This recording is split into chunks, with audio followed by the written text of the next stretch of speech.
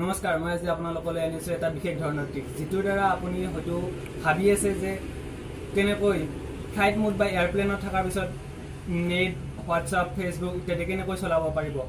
আজি মই আপোনালোকলৈ আনিছোঁ কোনো ধৰণৰ এপছ ডাউনলোড কৰিব নালাগে।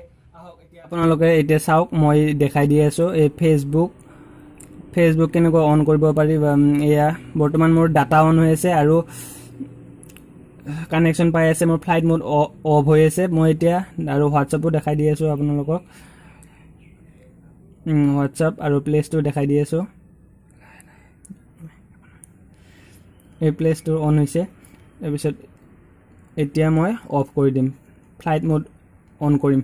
ফ্লাইট মোড অন কৰাৰ পিছত আপুনি কেনেকৈ চাব পাৰিব আপুনি নেট, ফেচবুক আৰু হোৱাটছআপ বা ইউটিউব।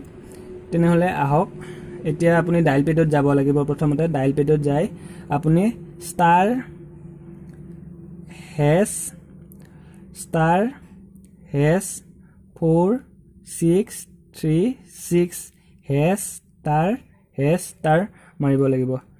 তাৰপিছত আপোনালোকৰ আগত এনেকুৱাকৈ এটা মেনু ওলাব। মেনু ওলোৱাৰ পিছত আপুনি কি কৰিব লাগিব, টাৰ্ণ অন ৰেডিঅ'। বেলেগৰ তাত বেলেগ থাকিব পাৰে, কিন্তু ৰেডিঅ' টাৰ্ণ অন এনেকুৱাকৈ থাকিব।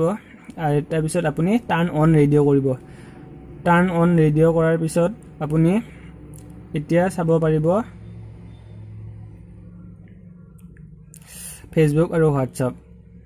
চাওক, মোৰ ফ্লাইট মোড অন আছে, এয়া আপোনালোকে দেখিবলৈ পাইছে। এয়া মোৰ ফেচবুক অন হৈছে, হোৱাটছআপ অন হ'ব, গোটেই অন হ'ব। এয়ে আপোনালোকৰ যদি ভিডিঅ'টো ভাল লাগিছে তেনেহ'লে লাইক কৰিব, কমেণ্ট কৰিব, আৰু এনেকুৱা ভিডিঅ' লাগে যদি আপোনালোকক ছাবস্ক্ৰাইব কৰিব, আৰু সকলোতকৈ আগতে আপুনি দেখিবৰ বাবে বেল আইকনটো দবাবলৈ নাপাহৰিব। তাৰপিছত আপুনি বন্ধুসকলৰ সৈতে শ্বেয়াৰ কৰিব ভিডিঅ'টো যদি ভাল লাগিছে।